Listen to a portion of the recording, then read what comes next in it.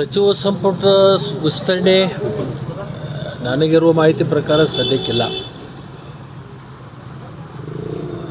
ಬಹುಶಃ ನನಗನ್ಸಿದ ಮಟ್ಟಿಗೆ ನವಂಬರ್ದಲ್ಲಿ ಅದು ಮಾಡ್ಬೋದು.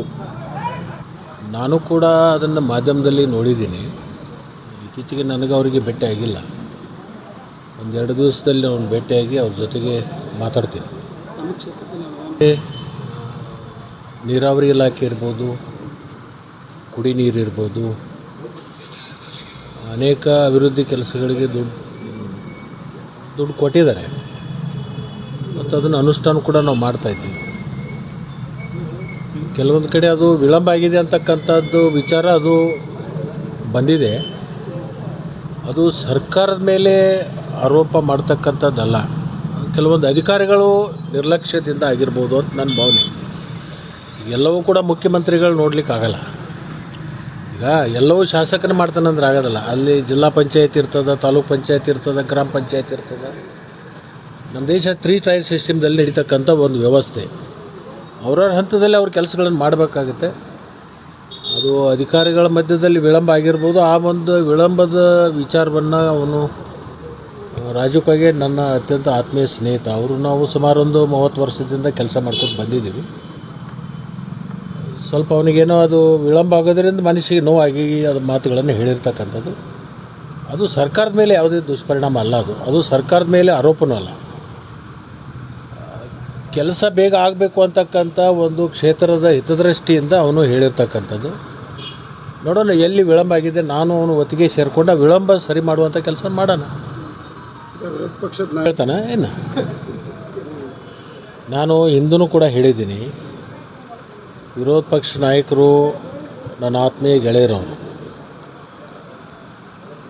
ರಾಜಕೀಯದಲ್ಲಿ ನಮ್ಗಿಂತ ಒಂದು ಸ್ವಲ್ಪ ಮುಂದೂ ಇದ್ದಾರೆ. ಅವರು ಈ ವಿರೋಧ ಪಕ್ಷ ನಾಯಕ ಆಗಿದ್ದಾರೆ. ಅವರು ಭವಿಷ್ಯನೇ ಹೇಳಬೇಕು ಅಂತಕ್ಕಂಥದ್ದು ಅವ್ರಿಗೇನೋ ಇಚ್ಛಾಶಕ್ತಿ ಇದ್ದರೆ ಅದನ್ನೇನಾದರೂ ಅವರು ರೂಢಿ ಮಾಡ್ಕೊಳ್ಬೇಕಂತಿದ್ರೆ ಇಲ್ಲೊಂದು ಬಬಲಾದಿ ಅಂತೇಳಿ ಒಂದು ಮಠ ಅದ.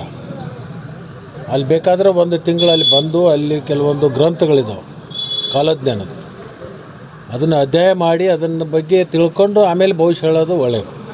ಇಲ್ಲಾಂದರೆ ಸುಮ್ಮನೆ ರಾಜಕೀಯ ಭವಿಷ್ಯಗಳನ್ನು ಹೇಳ್ತಕ್ಕಂಥದ್ದು ಇದು ನಮ್ಮ ಕಡೆ ಒಂದು ಹಳ್ಳಿ ಒಳಗೆ ಗಾದೆ ಮಾತಿದೆ, ದೋಷಿಗಾನಿ ಹಾಂತಿ ಹಾಸಿಗಾಗ ಸತ್ತು ಹೋದ್ಲು ಅಂಥೇಳಿ. ಹಂಗೆ ಯಾರ ಭವಿಷ್ಯನೇ ಯಾರಿಗೆ ಹೇಳೋಕ್ಕಾಗಲ್ಲ. ನಾನು ಅಶೋಕ್ ಅಣ್ಣನಿಗೆ ಇಷ್ಟ ಹೇಳ್ತೀನಿ, ನಿಮಗೆ ಭವಿಷ್ಯ ಹೇಳುವಂಥ ಆಸಕ್ತಿ ಇದ್ದರೆ ಅದನ್ನು ಏನಾದರೂ ಒಂದು ವಿದ್ಯೆ ಅಂಥೇಳಿ ನೀವು ಕಲ್ಕೋಬೇಕು ಅಂತಿದ್ರೆ ನಾನು ಉಚಿತವಾಗಿ ಅವ್ರನ್ನ ಕರ್ಕೊಂಬಂದು ಅಲ್ಲಿ ಬಬಲಾದಿ ಮಠದಲ್ಲಿ ಬಿಡ್ತೀನಿ. ಅಲ್ಲಿ ಕೆಲವೊಂದು ದಿವಸ ಅಧ್ಯಯನ ಮಾಡಿಕೊಂಡು ಮುಂದೆ ಭವಿಷ್ಯ ಹೇಳಲಿಕ್ಕೆ ಪ್ರಾರಂಭ ಮಾಡಲಿ ಅಂತ ನಾನು ಹೇಳ್ತೀನಿ. ಆ ಪಕ್ಷ ಬಿಟ್ಟು ನಾನು ಭಾಳ ದಿವಸ ಆಯಿತು. ಆ ಪಕ್ಷದ ಬಗ್ಗೆ ನಾನು ಯಾಕೆ ಚರ್ಚೆ ಮಾಡಬೇಕು? ಯಾರಾದರೆ ಬದಲಾವಣೆ ಆಗಲಿ, ಯಾರಾದರೆ ಬಂದು ಕೊಡ್ರಿ, ನಮಗೇನು, ನಾವು ಈ ಪಕ್ಷದಲ್ಲಿದ್ದೀವಿ. ಈ ಪಕ್ಷವನ್ನು ಮತ್ತಷ್ಟು ಬಲಪಡಿಸ್ತೀವಿ, ಇನ್ನಷ್ಟು ಸಂಘಟನೆ ಮಾಡ್ತೀವಿ. 2028ನೇ ಇಸ್ವಿಗೆ ಮತ್ತೆ ಕಾಂಗ್ರೆಸ್ಸನ್ನು ಅಧಿಕಾರಕ್ಕೆ ತರಲಿಕ್ಕೆ ಏನು ಕಾರ್ಯಕ್ರಮ ರೂಪಿಸ್ಬೇಕು ಆ ಕಾರ್ಯಕ್ರಮವನ್ನು ರೂಪಿಸ್ತೀವಿ. ಅದು ನೋಡಿ, ಈ ರಾಷ್ಟ್ರೀಯ ಪಕ್ಷಗಳು ನಿರಂತರವಾಗಿ ಒಬ್ಬರೇ ಅಧ್ಯಕ್ಷರಾಗಕ್ಕೆ ಬರೋಂಗಿಲ್ಲ, ನಿರಂತರವಾಗಿ ಯಾವಲ್ಲೂ ಇರೋಂಗಿಲ್ಲ. ಅದು 3 ವರ್ಷ 5 ವರ್ಷ ಹಿಂಗಿರುತ್ತೆ. ಅದು ಹೈಕಮಾಂಡ್ ತೀರ್ಮಾನ ತೊಗೋತಾರೆ. ಯಾವಾಗ ಯಾರು ಮಾಡಬೇಕು ಏನು ಮಾಡಬೇಕು ಅನ್ನೋದು ತೀರ್ಮಾನ ನಮ್ಮ ಹೈಕಮಾಂಡ್ ಇದೆ, ಹೈಕಮಾಂಡ್ ಮಾಡ್ತಾರೆ. ಈಗಂತೂ ಮುಖ್ಯಮಂತ್ರಿ ಮತ್ತು ರಾಜ್ಯಾಧ್ಯಕ್ಷರ ಕುರ್ಚಿಗಳು ಖಾಲಿ ಇಲ್ಲ. ರಾಜ್ಯಾಧ್ಯಕ್ಷರು ಅದಾರು, ಮುಖ್ಯಮಂತ್ರಿಗಳು ಅದಾರ. ಅವು ಖಾಲಿ ಆದಂಥ ಸಂದರ್ಭದಲ್ಲಿ ವಿಚಾರ ಮಾಡೋಣ.